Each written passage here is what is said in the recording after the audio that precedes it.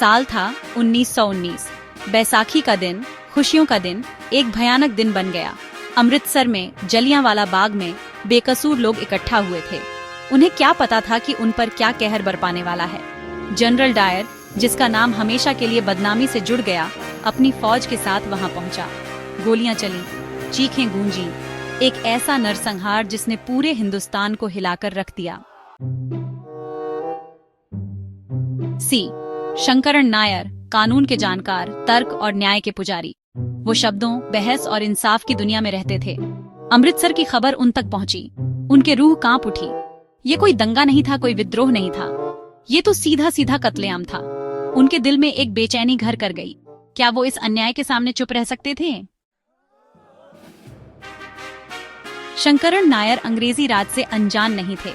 वो वायसराय की कार्यकारी परिषद के सदस्य भी रह चुके थे। उन्हें बातचीत पर, सुधारों पर यकीन था। लेकिन जलियांवाला बाग ने सब बदल दिया। उन्होंने साम्राज्य का असली चेहरा देखा, क्रूर, बेरहम।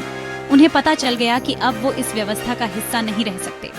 उनका इस्तीफा अंग्रेजी हुकूमत के मुंह पर एक तमाचा था, एक खामोश लेकिन दमदार विरोध। अदालत उनका नया युद्ध क्षेत्र बन गई। शंकरन नायर बनाम विशाल ब्रिटिश साम्राज्य। वो जलियांवाला बाग के पीड़ितों के लिए लड़े।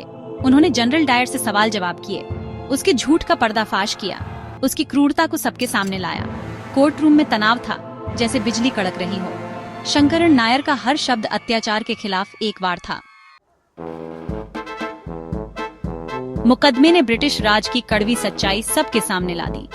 उनका नस्लवाद, उनका घमंड, भारतीयों की जान की कोई कद्र नहीं। पूरी दुनिया दहशत से देख रही थी। अंग्रेजों ने नरसंहार को छुपाने की कोशिश की, शंकरन नायर को चुप कराने की कोशिश की। लेकिन सच अपनी राह खुद बना लेता है।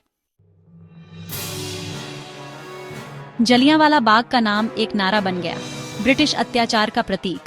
देश का जमीर जाग गया। इस त्रासदी की राख से एक नए भारत का निर्माण हो रहा था। एक ऐसा भारत जो अपनी आजादी के लिए लड़ने को तैयार था। वकील शंकरन नायर अब विरोध का प्रतीक बन गए थे।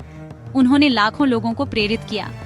उन्होंने दिखाया कि एक इंसान भी बदलाव ला सकता है। कितनी भी मुश्किलें क्यों न हो, इंसान को सही के लिए खड़ा होना चाहिए। शंकरन नायर का न्याय के लिए संघर्ष बेकार नहीं गया। उनके साहस, उनके अडिग हौसले ने भारत की आजादी की नींव रखी। उन्होंने दुनिया को देशभक्ति का असली मतलब समझाया। अपने देश के लिए लड़ना सिर्फ हथियार उठाना नहीं होता, बल्कि अन्याय के खिलाफ आवाज उठाना भी होता है।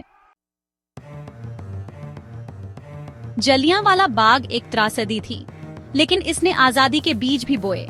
इसने दुनिया को दिखाया कि भारत की आत्मा को कुचला नहीं जा सकता। कितनी भी बड़ी क्रूरता क्यों न हो, उम्मीद फिर से जाग उठेगी।